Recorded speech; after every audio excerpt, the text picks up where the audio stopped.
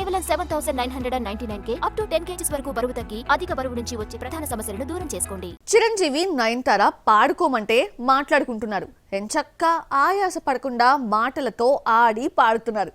సినిమాలో క్యారెక్టర్స్ పేర్లతో పిలుచుకుంటూ ఎంత క్యూట్ గా పాడుకున్నారో చూసేద్దామా. మనశంకర వరప్రసాద్ మూవీలో చిరంజీవి నయనతార విడిపోయిన భార్యాభర్తలుగా కనిపించనున్నారు. ఫస్ట్ సాంగ్ మీసాల పిల్ల లిరిక్స్ తో కథ ఎలా ఉంటుందో రివీల్ చేశాడు దర్శకుడు. మీసాల పిల్ల అని చిరంజీవి పిలిస్తే ఏంటి తిట్టావని నయన అడుగుతుంది. మా ఊర్లో పొగరుబోతు పిల్లని క్యూట్ గా మీసాల పిల్ల అని పిలుచుకుంటారు అంటూ క్లారిటీ ఇస్తాడు చిరంజీవి. మనశంకర్ వరప్రసాద్ రెండో సింగిల్ శశిరేఖ సాంగ్ ప్రోమోను విడుదల చేశారు మేకర్స్. ఫుల్ లిరికల్ వీడియోను 8న రిలీజ్ చేయనున్నారు. ఈ పాట కూడా పాటలా కాకుండా మాటలతో మొదలైంది. సంక్రాంతికి వస్తున్నాం తర్వాత మరోసారి అనిల్ రావిపూడి భీమ్స్ కాంబోలో మనశంకర వరప్రసాద్ రూపొందుతోంది. ఫస్ట్ సింగిల్ తో హైప్ తీసుకొచ్చే కాన్సెప్ట్ ను దర్శకుడు అనిల్ సంక్రాంతికి వస్తున్నాంతో స్టార్ట్ చేశాడు.